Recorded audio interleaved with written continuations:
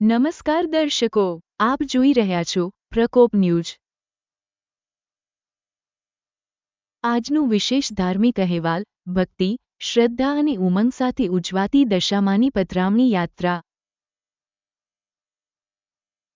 વડોદરાના વાઘોડિયા રોડ પર મનન પાર્ક પાસે આવેલ ભવ્ય દશામા મઢમાં, જ્યાં માતાજી સાક્ષાત સ્વરૂપે બિરાજમાન છે, આજે ભક્તિમય માહોલ જમ્યો। માતાજીની પધરામણી યાત્રા ભવ્ય શોભાયાત્રા રૂપે યોજાઈ, જેમાં ના તાલે ભક્તોએ નૃત્ય અને જયઘોષ સાથે માતાજીને ભક્તિભાવપૂર્વક આવકાર્યા। મોટી સંખ્યામાં ભક્તોએ જોડાઈને વિસ્તારને ભક્તિમય બનાવ્યો। શ્રદ્ધાળુઓ માટે આ પ્રસંગ અધ્યાત્મ અને ઉમંગનો વિશિષ્ટ સમાગમ સાબિત થયો।